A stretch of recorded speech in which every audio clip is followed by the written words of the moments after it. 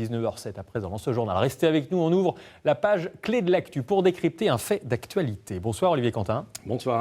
C'est la semaine donc de la presse à l'école, ça commence aujourd'hui même, et consiste à faire découvrir le métier de journaliste à ces chères têtes blondes. Et cette année, à France 3 Pays de la Loire, vous avez décidé, Olivier, qu'on prenne une initiative, c'est-à-dire qu'on confie, quelque sorte, ou qu'on accompagne des équipes de jeunes élèves sur le terrain. Oui, on avait lancé l'idée en septembre dernier, et c'est un enseignant du lycée Saint-Stanislas qui, le premier, a répondu à notre appel. L'idée était simple, devenez journaliste le temps d'un reportage, proposez-nous des idées et on fera les reportages ensemble. Michel Alliot est prof d'audiovisuel dans ce lycée et il trouvait que c'était un bon exercice pratique pour ses élèves. Alors banco, on est allé les rencontrer, ils nous ont proposé des reportages, on en a discuté ensemble, on a éliminé certains reportages qui nous paraissaient trop complexes ou pas assez anglais.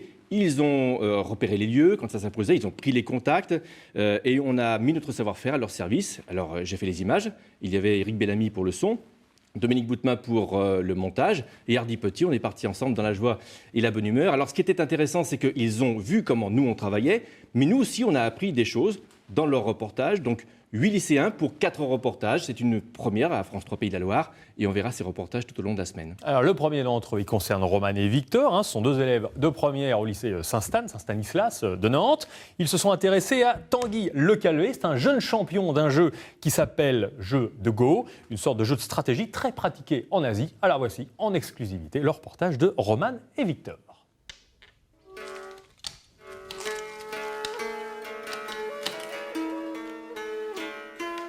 Le Go est le plus vieux jeu du monde, un sport très populaire en Asie. Tanguy, 16 ans, 3 fois champion de France, nous accueille à la Maison des Jeux pour nous faire découvrir sa passion. Je ne suis pas vraiment amateur, mais j'aime quand même bien réfléchir à la stratégie, surtout la stratégie du jeu. Ouais. La pierre blanche est totalement entourée. Le but du jeu est d'occuper le plus d'espace possible. 2 joueurs posent alternativement des pierres sur une grille pour former des territoires. Les règles s'apprennent en quelques minutes et à tout âge. Quand on commence, on apprend beaucoup. Et plus on apprend, plus on se rend compte qu'il y a des gens encore plus forts. Et ça donne vraiment envie de continuer. Et donc j'ai envie de vraiment, même encore aujourd'hui, d'apprendre encore, parce que je suis encore très loin des professionnels qui jouent à ce jeu. Il est venu il y a à peu près 3 ans, 3-4 ans.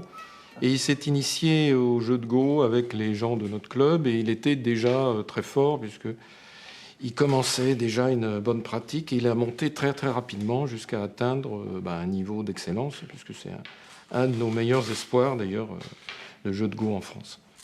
Ce jeu stratégique demande un esprit de logique, de réflexion et d'anticipation. Tanguy y consacre beaucoup de temps, joue sur Internet et enchaîne les compétitions. Il y a quelques week-ends où je fais des tournois, des compétitions en France. Donc par exemple Paris ou Toulouse ou Strasbourg par exemple. Donc tu es souvent en déplacement? Oui, je suis très souvent en déplacement, ouais. Je suis parti là dernièrement en Corée pour représenter la France à la Coupe du Premier ministre. Et donc il y a une personne par nation et c'est un peu comme les championnats du monde amateur. Et là j'ai fini 13e. Et en mai prochain, Tanguy tentera de décrocher son 4e titre consécutif de champion de France.